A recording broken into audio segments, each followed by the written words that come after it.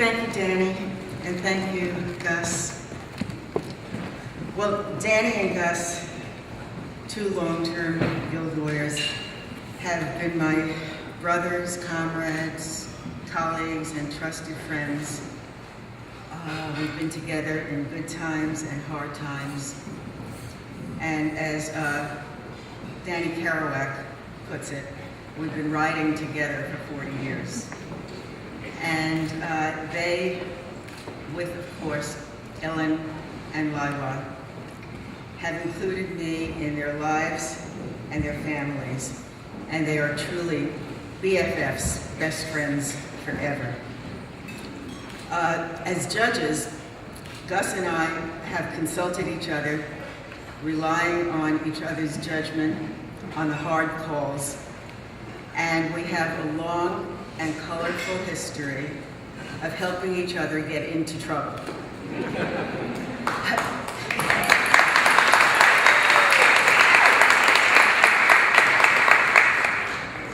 You can check that out in the New York Post or the Daily News.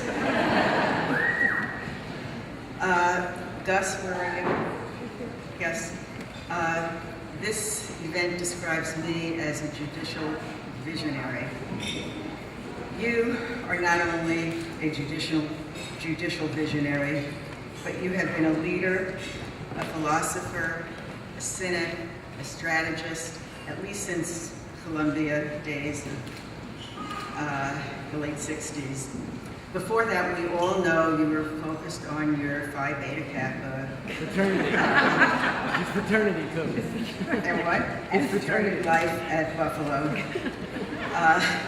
And even before that, being part of your middle-class community in Brooklyn. And we were both kids at Midwood High School. Of course, not the same year, but same background.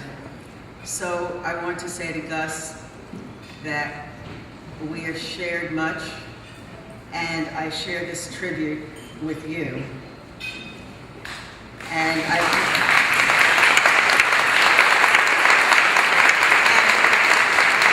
would everybody please stand and give Gus a heartfelt shout out.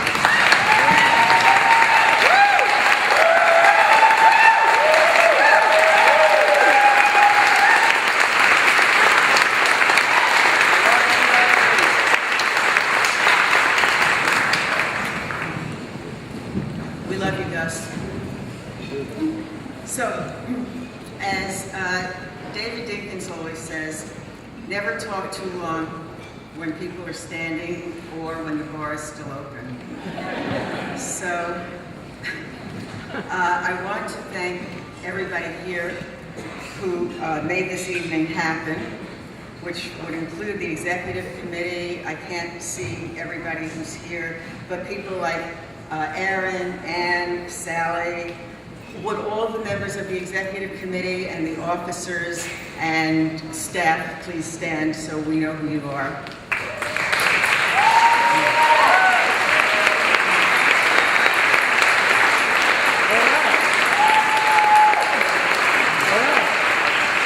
I'm sure the office will be relieved not to be getting 100 emails from me every day saying I thought of something else or someone else. So thank you all for being here, including my family here, my daughter Justine, my sister Joanne, my husband Bob, and my niece Caroline. So it's a tremendous honor for me to be part of this evening and to be up here with the forthcoming OWS folks and with Marty Stoller. I congratulate all of them for the recognition they are receiving and for all their great work. And, you know, until 2 months ago, I could not stand here because of the restrictions on judges' conduct. But that's over, and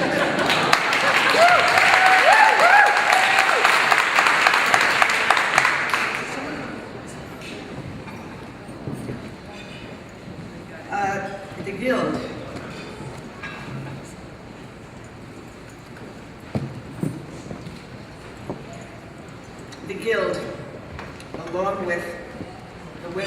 restoration movement.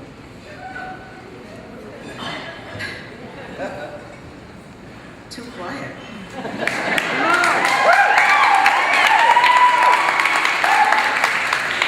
Has made me who I am, as much as my own family has, although I couldn't have done it without them. So when Mary Kaufman, who was mentioned a few minutes ago by Danny, plucked me out of a welfare demonstration in 1968 and recruited me into the Guild, I had no way of knowing where the path would lead.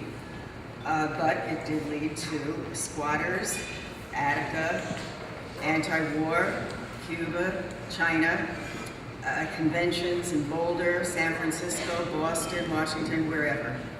And it has all changed my life. There were years of running around in order to be at maybe 5 meetings in a night, which were either for the Guild or for the women's movement. But for the last 30 years, I have been taken out of circulation. Bella Abzug, by the way, if anyone here doesn't know who Bella Abzug is, because you're too young, talk to me later. Anyway, Bella Abzug, our great congresswoman, cornered me outside of Zabar's and berated me for giving up my First Amendment rights by becoming a judge. And it's true, as the judges here well know, being a judge means living a very cloistered life, and a life that is also monitored. Now, what has gotten me through that for these many years was having one focus, which is always do the right thing. Now, of course, the right thing has to be within the law, precedent, the Constitution, but I am proud to consider myself an activist judge in a good way.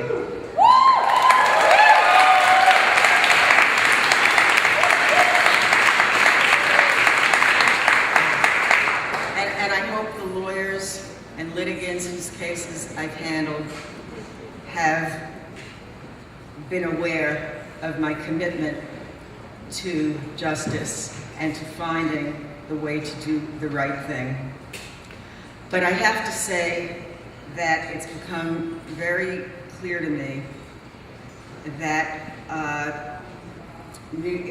speaking locally, I'm not speaking now of the national picture or the federal bench, that the courts and the judiciary and the judicial system are not focused on justice.